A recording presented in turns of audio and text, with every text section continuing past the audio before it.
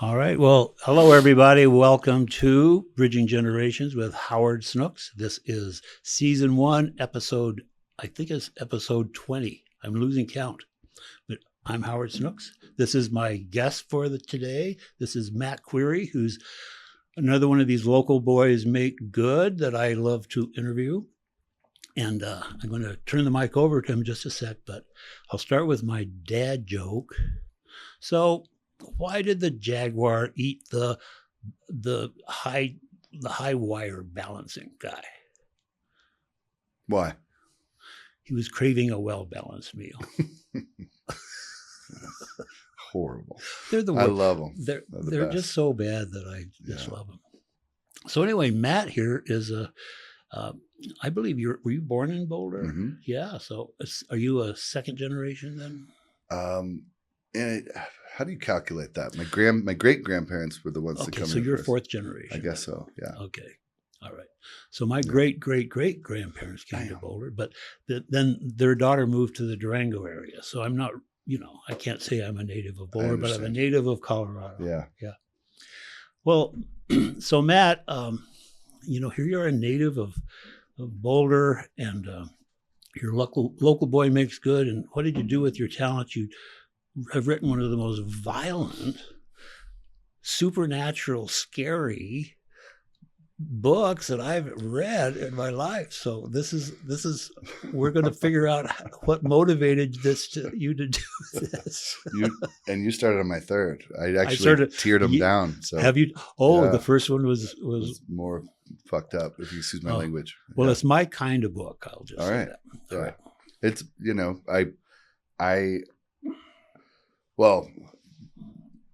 I always liked reading. I'm a big novel reader. Last year I got 127 in, and nice. Always tried to do 100 a year. But it, long before that, went to CU. So from Boulder Junior Academy, which doesn't exist anymore, to graduating from CU. I think you call that kindergarten through 16th grade, K through bachelor's degree, and then moved. My wife and my girlfriend at the time, and I moved for about a little over a decade. We went around the world for a while, several months of which was in New Zealand, and then we bounced around Asia and Europe, and then spent another few months in Patagonia, and then about 2 months in Buenos Aires, which was we went broke. That's where we ran out of money and had to come home. And was it the Chilean Patagonia or the Argentine? Bariloche. Yeah. My wife figured out about halfway through the year of travel that it was a big fly fishing expedition. She was like, wait, everywhere we're going has all these blue water trout streams. And I'm like, wait a minute. They are beautiful though, aren't they? Yeah, you're a fly fisherman and a hunter. Yeah. We were hunting in New Zealand, did a little in France and Spain too, but mostly fishing. And then worked for a dear friend, Patrick Mulholland. I met in the dorms at CU. He's a commercial fisherman in Alaska, and I worked for his family up there doing sockeye in the Aleutian Islands, the Bristol Bay. Wow. And I was like, I'm a tough mountain guy. I got the backcountry hunting and skiing thing down. I'd gotten to the point where I was introducing that to other people, and I was like, I gotta conquer the ocean. And when I left the season on the Bering Sea, I was way more scared of the ocean than the first day I got there. So I was like, what am I doing? Well, you got smarter. Yeah, that's right. Hey, where in Spain were you? We were in Soria, which according to most Spaniards you talk to, they're like, that's like our Nebraska. Why'd you go there? But it was beautiful. It was north of Madrid. North of Madrid? Yeah. Okay. And we just fell into a group who had a bunch of property up there. They had a lot more before the Civil War. They had their titles stripped and a lot of their land. Post Franco, are they getting back into? They seem like they're doing just fine. Yeah, it's been long enough. Yeah, they still have enough land to. It's thousands and thousands of acres, and they live in like an old monastery, and they drink good Chacalina. Everything seems like they worked out for them. Those Spaniards, they know how to live. One does not suffer in northern Spain. If you know how to stay up late, you're in good shape. Yeah, that's right. That's right. Okay. And then got back and we moved to Portland for me to go to law school. Yeah. Portland, Oregon. Yes, you went to Yeah. um, Lewis and Clark. that's- Yep. My daughter went to Lewis. and That's Clark. right, for the other undergrad, connection, right? For undergrad. Yep. I remember But- that. And Lewis and Clark is known for its environmental law. That's what its Yeah, claim to fame They is. jockey in first with Vermont and CU. I don't know who U.S. News has ordained as the first this year, but it's usually those three fighting for number one. And I think everyone at my orientation in law school was like, I'm here to do water law. It was the hippest thing at the time. It's not less hip now, but I think by the time we graduated, there was like 5 or 6 of us actually going into water law jobs. Because it's, it is cool and it's important and dynamic, but in the way that any career can do it professionalism, especially the legal vocation, will make everything pretty dry. So there's not a lot. Water law in the West is wild. Oh yeah, it never hasn't. It's not getting any less wild than the coming years with the compact falling apart and everything. Yeah. And my grandfather was a ditch rider. And so is that right? He had to pack heat. When the water masters. I've represented clients and tribes and ranchers, timber companies, tribes, ag, counties, everyone. And those water masters have to go into some pretty gnarly gigs. Like, just people who are, as soon as they close that head gate, that's a huge financial loss for them. And it's, you're in cowboy country. Yeah. I have 2 cousins. They're widowed sisters who live together down in Bayfield, down by Durango.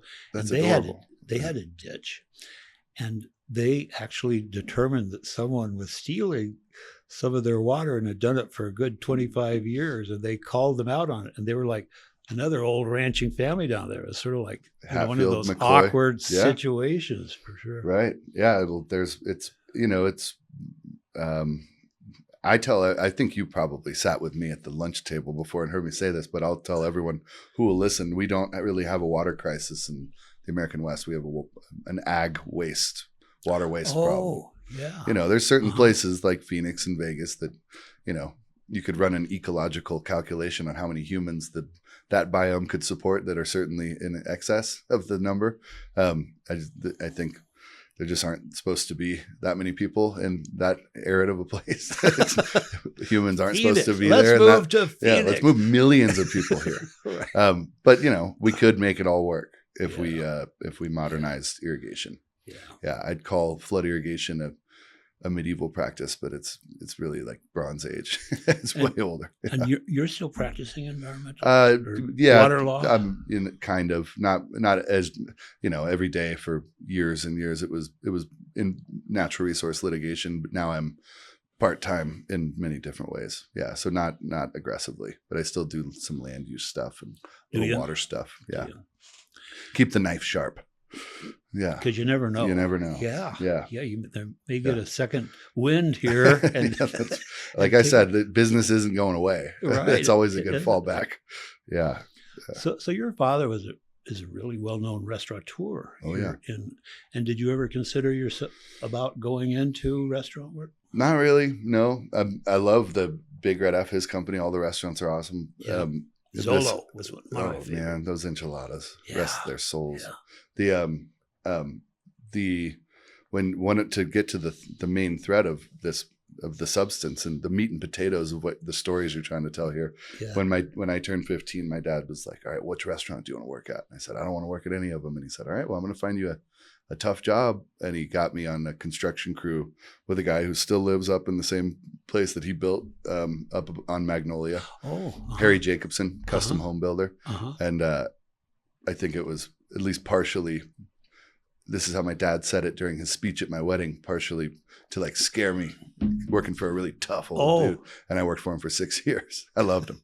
And he as far as like I could sit here and without a doubt, my father, mother, and my stepmother and my stepfather have both been immeasurable influences on me and everything I've ever done. But, I don't know if for the purposes of the podcast, you want to hear others. No, I count them. Well, then your parents. they're the easiest. Yeah. Easy top. Yeah, my parents are the easy winners of that. But this guy, Harry Jacobson, who my dad put me on his crew, taught me how to train hunting dogs, taught me how to bow hunt and track elk and mule deer and bear and cougars and everything. And that's where the bug. My dad's a real passionate fly angler who'd, we'd bird hunt, I think twice in my life before I met Harry. And then, I'm training my own hunting dogs. I got them tattooed all over me. Oh now. my God. Yeah, but, look at that. and just, a dude from, he's a sociological artifact in a way. He's a real mountain man. He doesn't wear buckskins to Starbucks and stuff, but he can look at a draw or a ridge line and just see everything, see things that it takes, decades and decades, seemingly multiple lifetimes to be able to just look at a patch of, some alpine expanse above tree line and just see everything, in a way, what happened a week ago up there. That's like a line out of your latest book. Talk about influence. Yeah. Okay, now we're getting somewhere. Well, and I've had some self-congratulatory validating moments where I take new people hunting and I'm showing them things and they're like, how the hell would you ever have noticed that? And it's like, because I had good teachers, and that he was one, and just being a hardworking dude who also knew how to had fun. Yeah. Wow. Yeah, and some other guys in that mountain and hunting and angling and backcountry world who I was just from a young age. I was like, I need to know how to do that. That's cool stuff. And, that's the life my father grew up in, but he wanted to modernize his life. They lived out so far out of Bayfield that my grandmother had to rent a house in town so they could go to school. You could get to school. Yeah. And he learned all that stuff. My grandfather was an excellent marksman. When we're at lunch sometime, I'll show you a photo of my grandfather crouched in front of this gigantic mountain lion with his Airedale, with his Ruger. He shot this with a Ruger. With a handgun. Yes, with a handgun. A revolver. Yeah. Yeah, that's the hunting and fishing is pretty cool when it's a lifestyle choice, not a I'm starving. I need to get food right now. I mean, it was sort of, not starving, but like you got to do it. It was kind of a rough life. Yeah. You had to. My stepfather-in-law, my wife's father and stepfather are both awesome and great influences and mentors.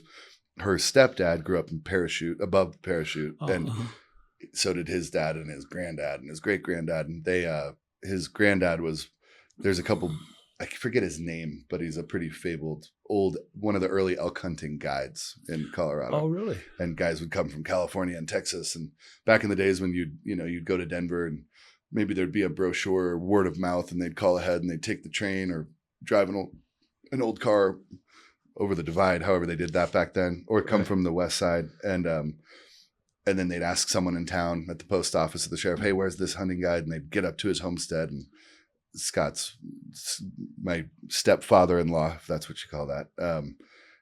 There's a lot of stories of these rich guys finding their way finally up to his little ranch way up in the mountains there and being like, are you the guy? They said, you're the one I come to find if I want to shoot a Boone and Crockett bull, one that's worthy of the books. And are you the guy to do that? And he went, yeah, I am. And he's, well, can we do that? And then his fabled line was, well, do you want to do it right now, or can we wait till tomorrow? That was his confidence level. Yeah, as a mountaineer. Yeah. But to your family, they had to, they developed those skill sets not through as a business opportunity. Right. My great grandfather these Texas guys would come up and he would take them out. Yeah. It's pretty cool. Yeah, and I'm just too cityfied myself, man. Yeah, you have to enjoy it. I just floated the Gunnison River last week and fished a bunch, and most of the guys on the trip were pretty big. We're into angling, but some of them weren't. Fly fishing, and it's not a hobby like bow hunting that you stay in very long if you're really bummed out about not finding anything. You're getting skunked as part of the game. You have to get good at being disappointed. Yeah. Long and hard efforts for not even seeing one of the things you're targeting. Yeah. Right. And there are some dangers associated. One of my uncles was killed in a hunting accident. Oh, yeah. And they never found who shot him. It was just I mean, I've had moments when on opening mornings in big public over-the-counter units where anyone can go, they're not lottery-based, right. Where it's like Antietam at first light. It's just bullets are cracking through the trees everywhere, and it's not pleasant. I don't like those crowded hunting units. I try to avoid them. But, more than anything, moose are the biggest danger for us now, given that we have the second highest population in the state in this unit. Yeah. And there never used to be moose in Colorado. Yeah, it's debated. It's up in the northern. Yeah, there's some crossover from Wyoming, but it's but no, I mean they're just a full on hazard. Like on September, the second to last day of archery season this year in September was my 6th moose charge in the 4.5 years since I moved home. And that's a lot. And you're collecting and two or three of those times, including this last one, I chambered my 10 millimeter that I carry with me, which is a handgun of a size that you don't need to protect yourself from black bears. But I adopted because I've lost some.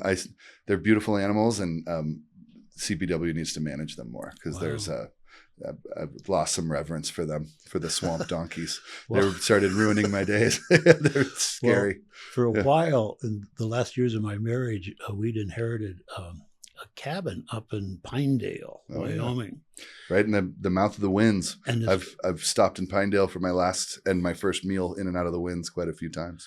Well, it was 40 acres right on the Boulder New Fork River, which is gold medal fishing. Oh, yeah. Yeah. And it's also moose country. Like one of my last times up there, I was having some coffee out on the front porch. Here comes a mother moose and her yearling calf. But a big old bull moose was, he was ready to run. Getting hot and bothered. He was getting hot and bothered. Yeah. So they just ambled in front of me like 3 feet away. They paid no attention to me, but I thought, they're Clydesdales with dining room tables on their heads. God, they're gigantic. They're gigantic. They're spooky, and they're just kind of dumb. They have bad vision, so they get threatened. And Colorado moose have not had wolves to deal with for 20, 30 moose generations, and so they're just the toughest dudes on the mountain, and so they've no skittish. There's not much skittishness left in them. They hear a noise they don't like, and they're going to come right at it. And I'm tired of being that guy. But now that I have little children, it's like I'm going home. So, and it will be in the paper if I have to kill this thing, but if I have the opportunity, it doesn't knock me out before, but it's not a pleasant thing. And moose hate dogs too. Oh, but with bird hunting up there, going for grouse and ptarmigan, I mean, the number of times we bumped them, it's not pleasant. Yeah. But anyway, the dangers are, and I like, growing up, being in Boulder as long as you've had 1,000 encounters with black bears, probably like I have. And only on 2 occasions did they not run away. Oh, I got a good story for you. Please. My great-great-grandmother, she was raised up on a ranch north of Erie, just north of Erie, just outside of Erie. And she got married in Longmont to a Danish immigrant who was working for her father on their ranch. Then the day after their wedding, they moved down on a wagon train down to a Bayfield. It was before there was a Bayfield, but that's where they moved. Outside Durango. Yeah, outside Durango. There wasn't even a Durango really that much of it. Louis L'Amour wasn't just created there in ancient history to just start writing dime novel. Dang. All right, yeah. And I'll tell you why Wolf Creek was named Wolf Creek Pass, but I'll tell you that after this. So one day she was, her husband, my great-great-grandfather, had taken a herd of cattle to Fort Lewis, which was at Pagosa Springs now. It was a fort. Yeah. And the milk cow didn't come home. And so she goes out to look for it, and she sort of runs. It was a dark night. She runs into a bear. Yeah. And it attacked her. Oh, shit. Although the dog saved her at the time, but she ended up dying of the infection from the claws. This is your grandmother? My great-great-great-grandmother. Was that 4 greats? Dang. Or great-great? My great-great-grandmother. Dang. What year is this? I'm just curious. It was 18... It would have had to be, if it's still Fort Lewis. It was 1880 something. Wow. But they moved in 1877. Well, that was, Colorado, with the exception of, some trapping and the Spanish punching up from Santa Fe and exploring up into that Alamosa country. And then Pike, Zebulon Pike, of course, made a famous 1840 or so earlier. Yeah, he died in the war 1812. So wow, he was. Colorado was really not. There was parts of Arizona that it hadn't been mapped far after Colorado, but the topography really just made it a nightmare. And so that's why the South Pass through what is now I-80, the main Oregon Trail went north, and the Santa Fe Trail went south. And, right. A lot of like the Fremont expeditions, they'd kind of poke around the Front Range and be looking west like, nah, let's keep this. That one's not going to work. We're going to find a new route. Right. And so settling, there was people in, there was trappers. There were trappers. Trappers, absolutely. Yeah. And but it was just seasonal too. Like same with the tribes. Yeah. Like there's a I like looking for arrowheads and tribal history and what trapper history and everything. But the Colorado Rockies, the tribes only were up there for a few months a year till they got snowed out too. So it was just kind of this, to be here when your family was bold. Well, the gold rush started, but the history books tell me that my great-great-great-grandparents, their name was Steele on my mother's side, brought the first cattle herd to Colorado. I mean, it was the Boulder, the earliest dudes looking for gold and silver here were here. And I'd want to ask the History Museum, but between 1855 and 1859, that's late. Yeah. It was civil. Very much like so. Oregon had developed county governments at that point. California had passed through multiple countries' hands. Colorado was an avoided. Your ancestors were tough, hard campers. They were hard campers. Yeah.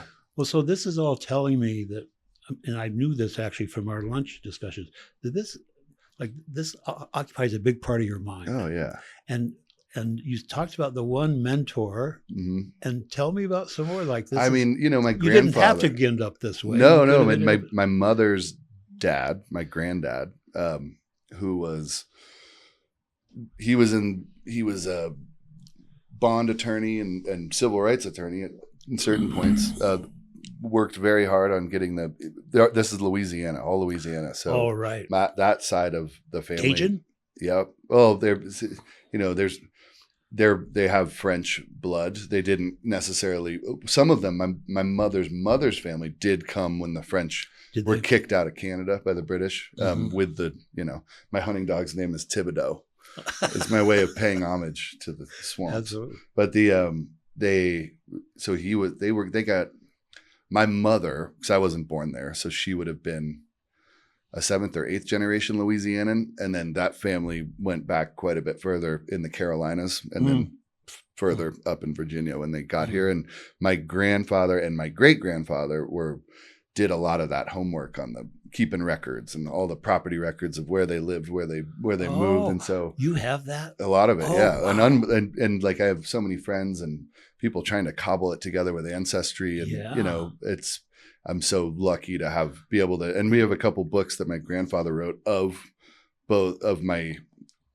his mother's family going back. And I can open a book and show my kids actual photographs up to a certain point of their 4th and 5th grandparents, and then paintings of older ones. And so they, I've always had this, and I've always just loved history, whether it's because of granddad and he was on the Civil War Round Table and founded it's got to have something to do with it. Oh, I'm sure. Yeah. And he founded it. Well, he was an early member. I think some other guys founded of a chapter of the Sons of the American Revolution in Baton Rouge. I think it's called the General Philemon chapter. But so I've always had that. And then, that's old America to me. And like, so is Santa Fe, and the Hamptons, like the early places. And so I've always been fascinated by the story of, this crazy, the Great Migration. Yeah. And just like honestly, the pre-migration, those early days, Lewis and Clark were encountering plenty of people who spoke French and English, and plenty of Frenchmen and half Frenchmen. And, so the Europeans had punched out to explore and live and work and integrate in with the tribes, but they didn't write a lot of it down. And so I've always, like 1800, with the exception of a couple stories that we have of people punching out west, like Daniel Boone, he went over the Appalachians and got into, the Ohio River Valley, and that was the Old West back in those days. Absolutely. And so the history of the West, and then growing up here, and then, you know, buying a ranch and living in the middle of nowhere and spending all my free time. Oh yeah, tell us a little bit about you and your wife. That's what my first book's about. It's called Old Country, which Oh. we sold to Paramount and Amazon bought from, or excuse me, we sold it to Netflix, and then Amazon bought it from Netflix, and they just greenlit it for production. It's set in Driggs, Idaho country, on the poor man's side of the Tetons, as they say. Right, and right.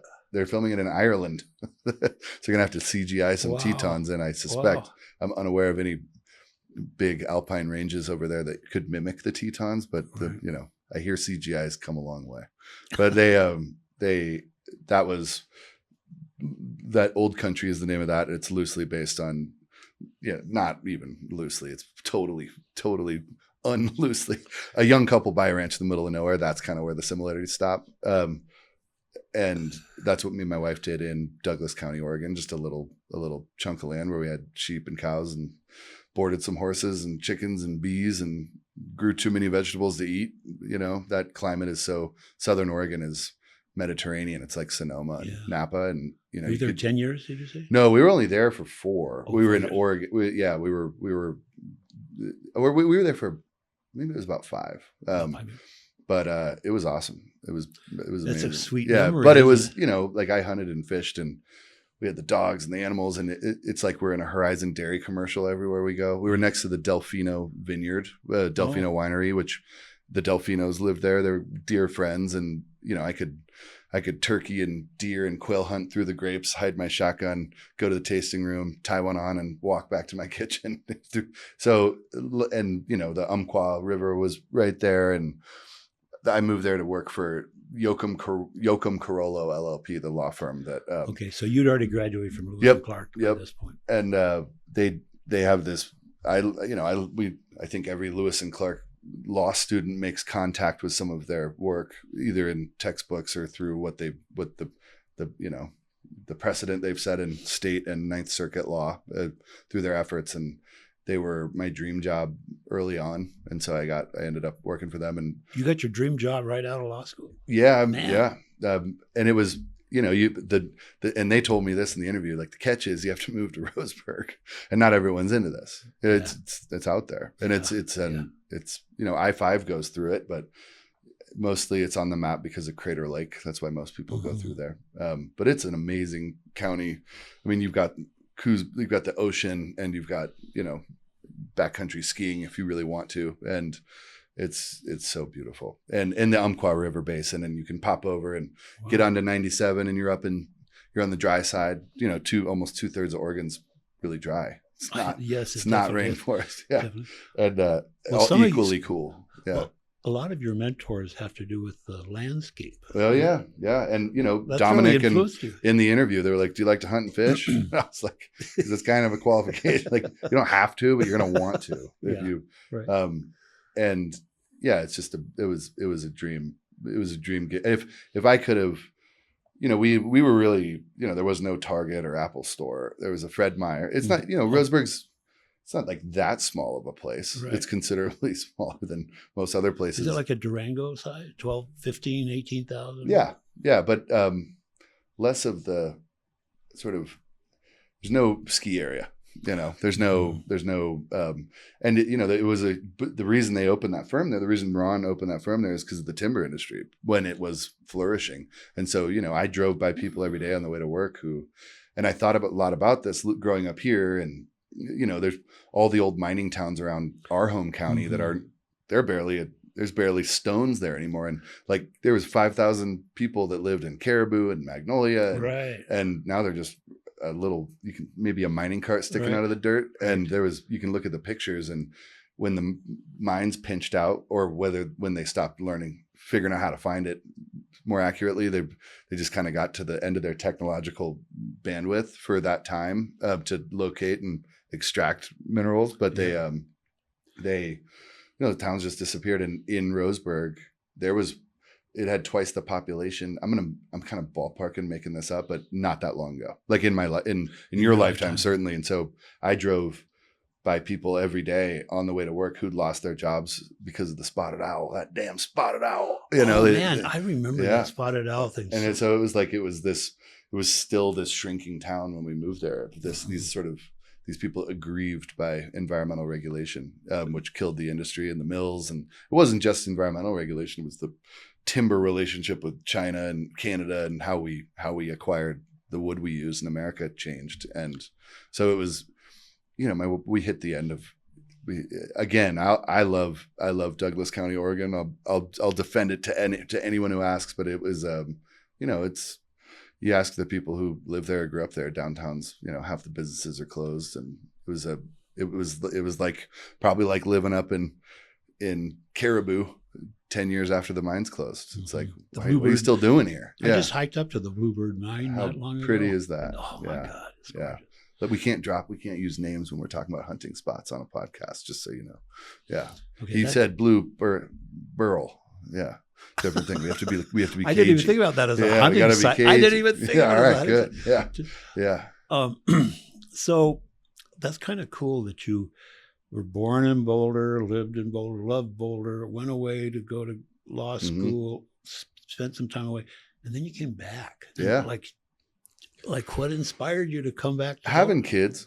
We wanted to have kids, and we wanted to be near our families, And it's like we got such a big network here, and there's, with the exception of my law firm gig, and Sonia was working remote. We had our house in Portland when we were at the ranch until COVID. Then they went full remote, and then we lived together full time. And then in 2019, we got married. So we were there for a little more than 2 more years after we got hitched. And she was at the ranch full time, and, pop into Portland to stay at our place. We had, we're spread across Oregon, and it was like, there's more jobs in our hometown and all of our family and all of it would have been our property, and that country and that lifestyle would have been so cool to raise kids in. And my boss, Dominic, and his wife and their kids were so awesome. Like, we had somewhat of a network, but it wasn't that big, and it wasn't, home. And so like all things, there's like a good part and a bad part. But coming home was I think it's something we quietly always knew, because my wife's born and raised here too. Right, I remember that. And so, she's really cool. Yeah, and she's an adventurous sort of person. Oh yeah. Yep. She scares the shit out of me sometimes. She's up for anything. She's the best. But I think we both quietly knew we'd make it home. Yeah, interesting. Yeah, and man, I tell you what, having friends all over the country and world who have kids somewhere with no backup, no family backup is hats off to them. We get to hot potato our youngins around town all week. They have, my wife's parents' house, my mom and stepdad's place, and my dad and stepmom's place. They all get along well. Yeah, that's good. Yeah, it's great. So tell me, do you have like great grandparents buried here? Is there no Normandy? Actually, well, I don't know. No, they were cremated. No, there's no. I was alive when they were. Norm and Edie Davies. Yeah, I knew my great grandparents. Yeah, and I'd met my mother's some on that side too, but I have vague memories of it. I was very young when they died, but there's the roots here are mostly just the ones my parents planted. And my grandfather he ran the IBM out off of Diagonal when he moved when he was became a professional. Yeah, the house I bought was originally owned by the director of HR for IBM. Damn. He bought that house when they back in the 60s. That must have been a pretty easy job. Not anymore. Yeah, not anymore. No way. So I just love it. And, I know it just with respect to hunting, fishing, hiking, skiing, backcountry, all my little hobbies. It's, I fancy myself as knowing more of these mountains than most other people. And then except for my mentors and some buddies who I've got a buddy, Patrick Mulholland, who I worked for in Alaska on the commercial fishing boats, who I took him hunting for his first time in like 2008, I think. And then I left, and he's still in Alaska in the summers, and that dude knows more nooks and crannies of these mountains than I do at this point. So he really got into it. Yeah. Wow. But it just feels like home. I don't know that there are English words to describe the sensation of home, but the feeling of it. Yeah. It takes my breath away when I go over Davidson Mesa. Oh, And then yeah. it's just like every time it just like takes my breath away. And it really applies to Colorado. Like I got very Yeah. into chasing steelhead and salmon and fishing and hunting all over Oregon. And, you know, when my dog died, we tried to figure out how many days we'd hunted. And it was probably about 450 of my however many days in Oregon over the decade. And you know, the goal there is to get in the middle of nowhere when you're chasing animals or trout or steelhead. So What kind of dog was it? he was a golden. Golden. Yeah.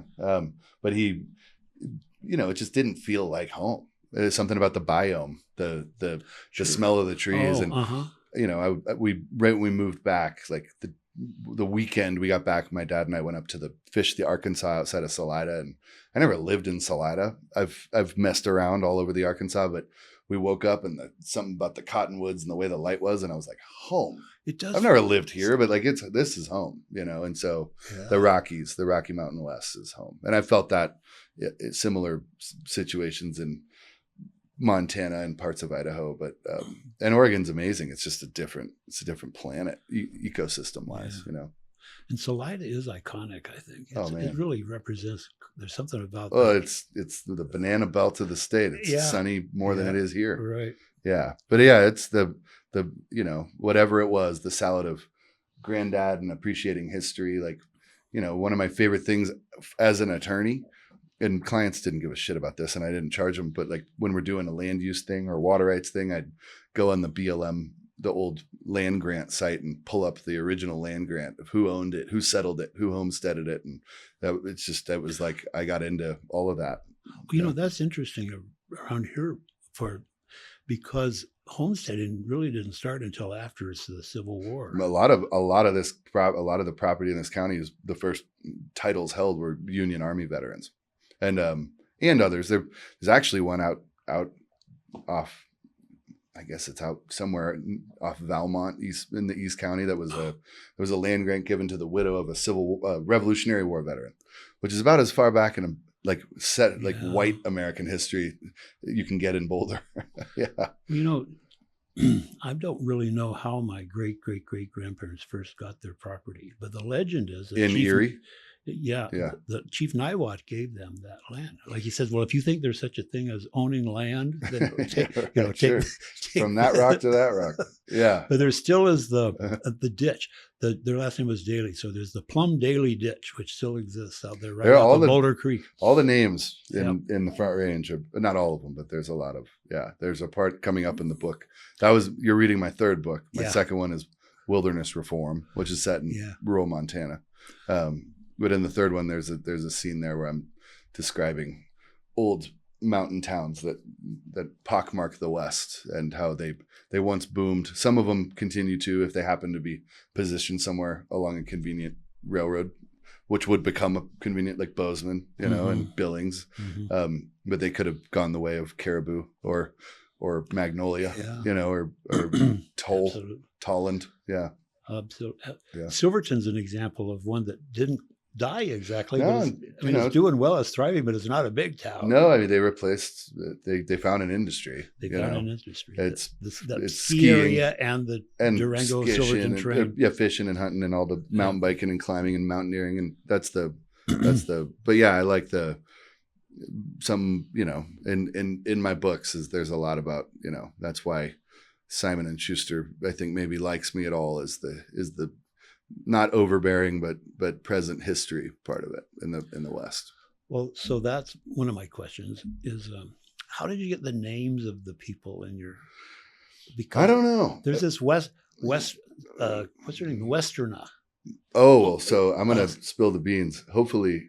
I wish you all the success in the world with this podcast, but I hope that a couple years go by before this one blows up with 10 million hits, because Blood Trail, a couple people in the book reviews have figured this out, but it's a retelling of Bram Stoker's novel Dracula.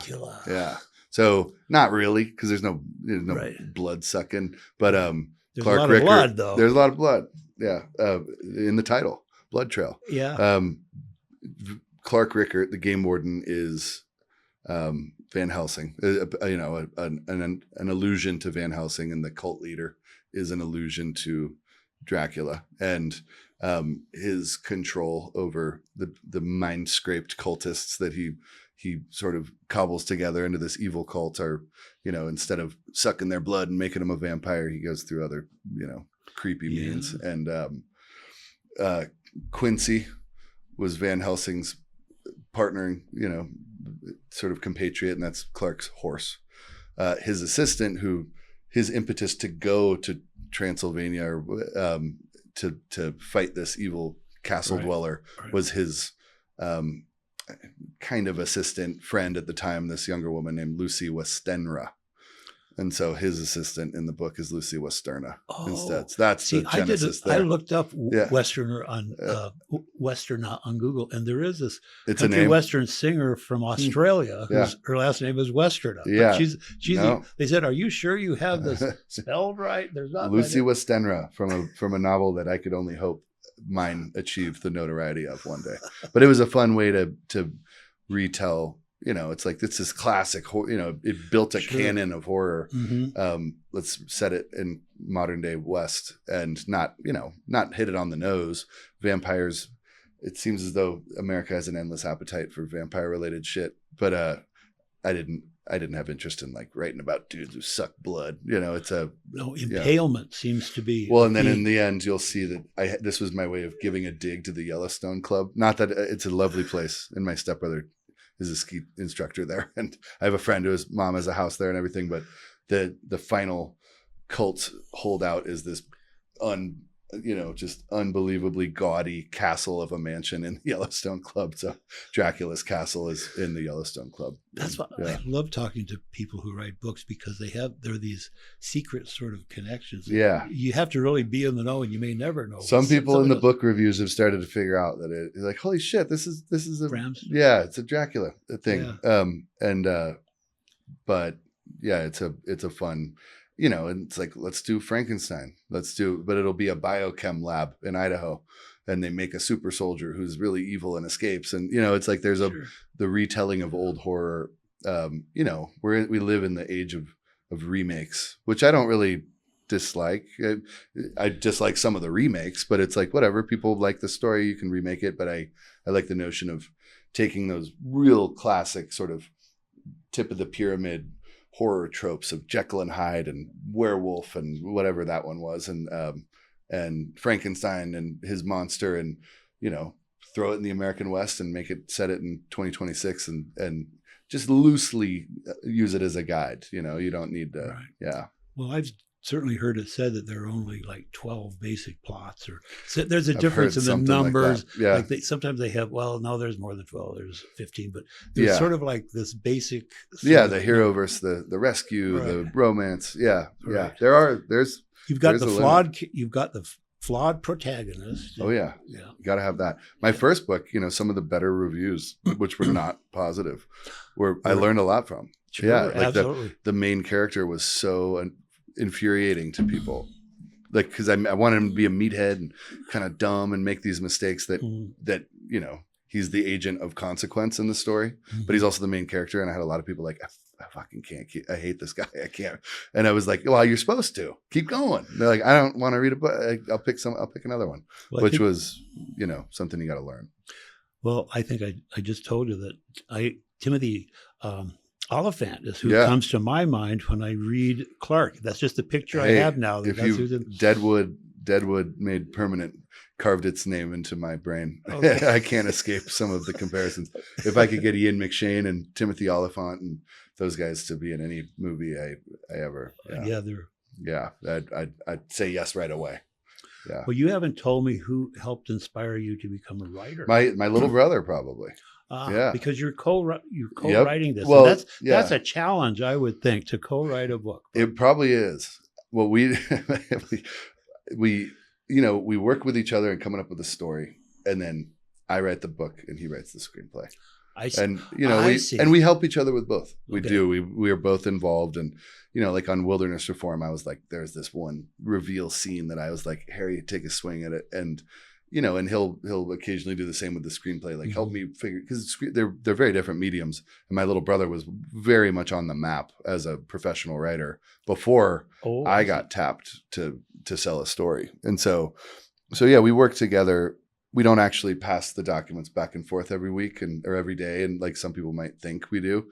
So, but I handle the book, he handles the screenplay, and we work together mostly on, the 3-act arc at the front side. And he's got a million other stories that he's working on at the same time. So yeah, that's we both get to come up with the story, and then we both get to put both our names on the book and the screenplay. But I handle the literary side and he handles the film side largely. Yeah. Okay. Yeah. Well, so he's so he'd been, he graduated been doing it for a while. Oh yeah. He's been writing screenplays and short stories and stuff since we were children. And I was, I think I read more and he wrote more. And then, I read a lot of short stories. I love short stories. And so I don't remember, 2019 or 2020, when did the NBA get shut down? When did COVID get real? That was when it was 2020, right? I think so. Yeah. So I had posted there's this on, Reddit. I don't know how often you peruse it, but you know what it is. I know what it is. Yeah. There's a subreddit, one of like the pages on there that's dedicated to short horror thriller stories called No Sleep. And I read these things. I inhaled them. There are so many good authors on there. I don't remember their daily traffic, but millions of people. And so at a certain point, I was like, I'm going to try to write a horror short story. And I posted 5-6 of them, and they got some love. And the final one I posted got to the front page of Reddit, and it got, hundreds of thousands of people reading it. And it was, but to have success on Reddit means that you're visible for like 6 hours. And then you're swallowed by the pulsing repository of information. At one point, it was maybe it's even that more. That feels good though, doesn't it? Oh yeah. Well, it's a free workshop, yeah. And my identity is not associated. I don't have to take the bold step to attach myself to art. Mm-hmm. I'm just like, I'm this anonymous person, and it's a great workshop. You get a lot of free feedback, And then several months went by after I posted that story, and I got a private message on my account from someone from a legit studio saying, "Hey, I want to option your story." And so I screen capped it and sent it to my brother. And I was like, if he says $1,500, I'm jumping. And I'm saying yes. And he was like, hold on. And so he got me in touch with his manager, Scott Glasgold, who's an angel. And then he got me at the agency, and which, I have a lot of people ask me, like, how do you get a literary agent? And I don't know, because I don't mean to profane agents everywhere, but like, I was welcomed into the agency because I already had an offer. So then they get 10% of everything I do. And it's not, that doesn't make them nefarious. It's kind of like real estate. It's like they make money when you do, my modeling agent gets there you go. Yep. And so it's like, there's some inherent constructive honesty in that arrangement where it's like, they're not making money unless they help you. So you can trust their effort, at least that there is some. And, but it all happened real fast there. And then we actually sold it we had got the Netflix deal and the book deal at the same time. Nice. Yeah. Which is pretty rare. I think we had some people at CAA or Verve, where we were at the time, who knew more of the industry nuance. And I guess there's a movie called Ready Player One, which is pretty successful. And I've seen it and read the book, but apparently that screenplay was written before the book. And so there was not many times that had been done before. Oh. Yeah. Huh. Yeah. Well, I'm surprised. The time it happens so quickly, but does. I do have one last Sure. question. Do you have a favorite book from when you were a kid? Like something that sort of got you reading? A kid? I mean, Gary Paulson, all those like Mountain Men kid books were awesome. I don't know if I had a favorite book, but I think Stephen King's. Oh, well, I can sort of see that. Yeah. Influence. Although I don't really read a lot of horror. You don't? No, I don't. Well, you're good at. Well, and like I said, Blood Trail, even Simon and Schuster and Teton Ridge, who bought it for the movie rights, they're not really classifying it as like pure horror. It's like supernatural Western thriller. But the first one is right in your face horror. Second one, a little softer, and the one you're reading now is even less so. But the Stephen King's actual non in your face horror. I mean, I love like Salem's Lot is a masterpiece, but I love the Dark Tower series. Roland of Gilead, I've read it multiple times, and then The Stand, of course. It's set in Boulder. The apocalypse. Oh, sure, right. It's also about like a super respiratory flu that kills.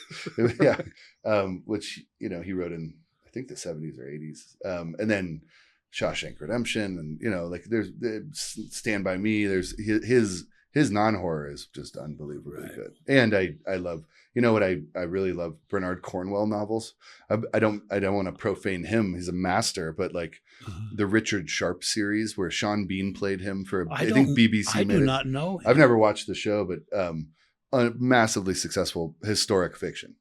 And like the Shara, father and son, who wrote the Civil War books here. And I can just inhale those books. Yeah.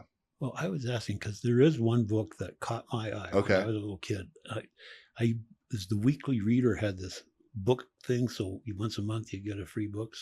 And this book was called David and the Phoenix. David and the Phoenix. And so this little boy moves with his mother and new stepfather to a town. It was either Albuquerque or Phoenix. I can't remember which. I think it was Albuquerque. Mm-hmm. And he's hiking up. They live next to a hill. He's hiking up on a hill. Hears this weird sound. And by golly, there is a phoenix that he encounters. Cool. And this phoenix can speak. Wow.